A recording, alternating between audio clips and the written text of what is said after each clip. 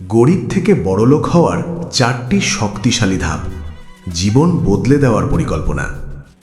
আজ আমি এমন 4টি ধাপ বলবো যেগুলো অনুসরণ করলে একজন গরিব মানুষও বড়লোক হতে পারে। হ্যাঁ, এটা সহজ না, কিন্তু অসম্ভবও না। আজ যারা বড়লোক তাদের অনেকেই একদিন শূন্য থেকে শুরু করেছিল। যেমন ইলন মাস্ক, জ্যাক মা। তারা জন্ম থেকেই ধনী ছিল না, তারা সিদ্ধান্ত নিয়েছিল আমি বদলাবো, তুমিও পারবে। চলো শুরু করি। ধাপ 1, মানসিকতা বদলাও। গরিব মানুষ আর বড়লোক মানুষের চিন্তা এক না। গরিব মানুষ ভাবে আমার কপাল খারাপ, আমার টাকা নেই। কিন্তু বড়লোক মানুষ ভাবে আমি শিখব, আমি চেষ্টা করব, আমি হার মানব না।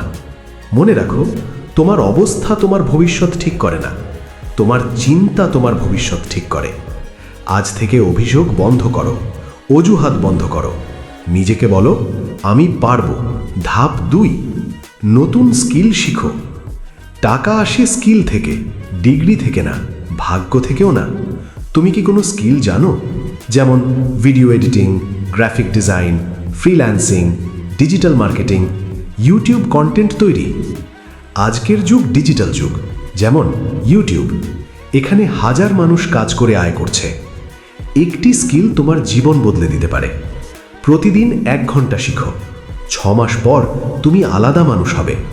ধাপ 3, আয় থেকে সঞ্চয় ও বিনিয়োগ। অনেকেই আয় করে কিন্তু বড়লোক হয় না। কেন? কারণ তারা খরচ করে ফেলে। বড়লোক মানুষ কি করে? 1, আগে সঞ্চয় করে। 2, তারপর খরচ করে। 3, টাকা বিনিয়োগ করে। বিনিয়োগ মানে টাকা দিয়ে টাকা বানানো, যেমন ব্যবসা, অনলাইন ইনকাম, ছোট স্টার্টআপ। মনে রাখো, যদি তুমি আয় করো 10,000 টাকা, কমপক্ষে 20% জমাও।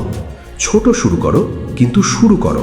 ধাপ 4, ধৈর্য ও ধারাবাহিকতা। একদিনে কেউ বড়লোক হয় না। ওয়ারেন বাফেট, তিনি একদিনে ধনী হননি, বছরের পর বছর বিনিয়োগ করেছেন। তুমি যদি 1 মাস চেষ্টা করে হাল ছাড়ো, তাহলে কিছুই হবে না। কিন্তু যদি 2 বছর লেগে থাকো, তাহলে ফল পাবেই। সফলতা সময় নেয়। প্রতিদিন একটু করে এগিয়ে যাও, হার মানবে না, বন্ধুদের কথাই থামবে না। শেষ কথা, বন্ধুরা, গরিব হওয়া অপরাধ না, কিন্তু সারা জীবন গরিব থাকাটা, সেটা তোমার সিদ্ধান্ত। আজ সিদ্ধান্ত নাও, মানসিকতা বদলাবে, নতুন স্কিল শিখবে, সঞ্চয় ও বিনিয়োগ করবে, ধারাবাহিক থাকবে। 5 বছর পর তুমি আজকের নিজের দিকে তাকিয়ে বলবে, ধন্যবাদ, আমি হাল ছাড়িনি। যদি ভিডিওটি ভালো লাগে, লাইক দাও, শেয়ার করো, আর এমন আরও ভিডিও পেতে সাবস্ক্রাইব করো। তোমার স্বপ্ন বড় হওয়া উচিত, কারণ তোমার ক্ষমতাও বড়।